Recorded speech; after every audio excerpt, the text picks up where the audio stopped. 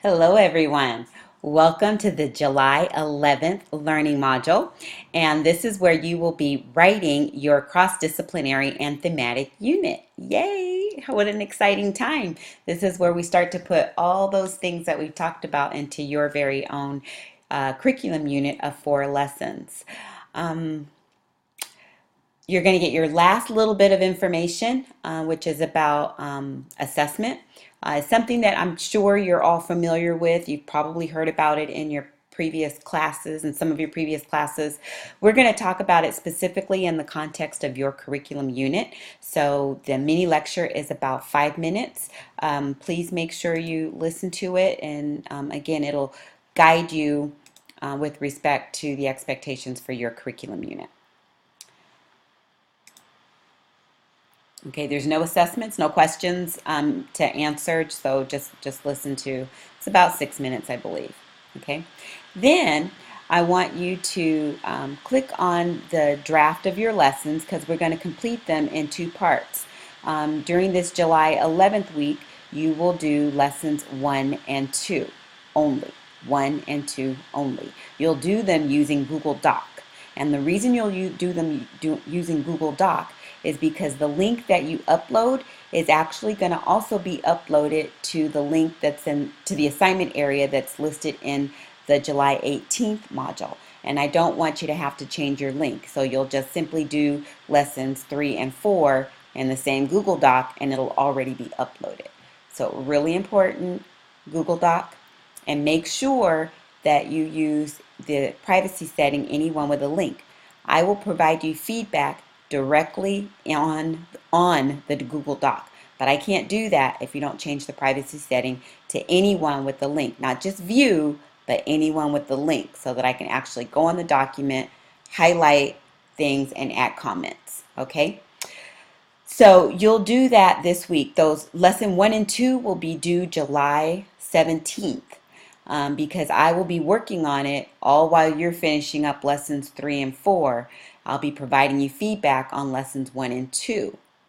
And then after you finish all 4, you can apply the feedback to from lessons 1 and 2 to 3 and 4 as you build your portfolio into the website. Okay, so that's sort of like the overall plan. So let's take a look at the link. Okay, so the first thing I should have pointed out to you, so I'm going to go back, is that you are in the July, don't do that. You're in the July 11th module. But as soon as you click complete the draft, it's going to take you into July 18th. Don't freak out about that. Okay, it's the same link, and that's why that's happening. All right. So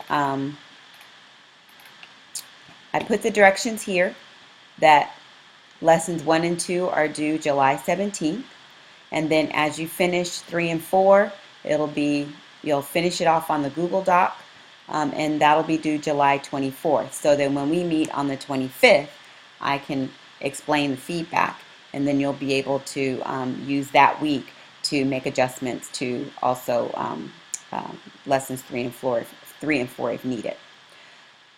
So basically what you're doing is what you've done in the past in groups. It's just that now you're doing it all on your own. You're going to be completing the 19 items in the Appendix E lesson framework. You will have 4 lessons.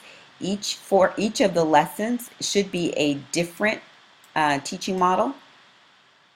Okay, so you may not use direct instruction 4 times.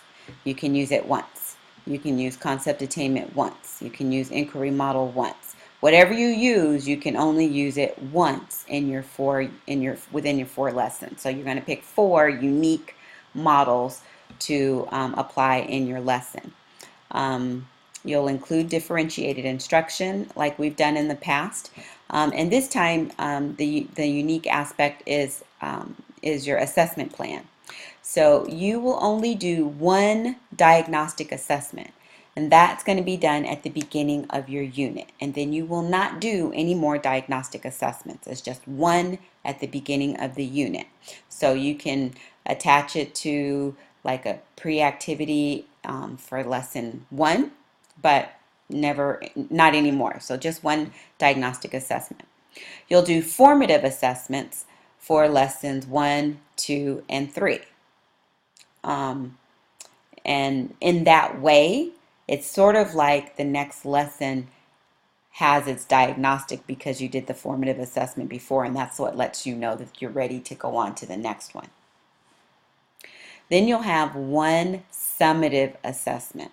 Now, that fourth, depending on how you design the lesson, the fourth lesson may also need a formative just so that you know that that section was taught. Or you can build it into the summative, and that's totally up to you. Let's see.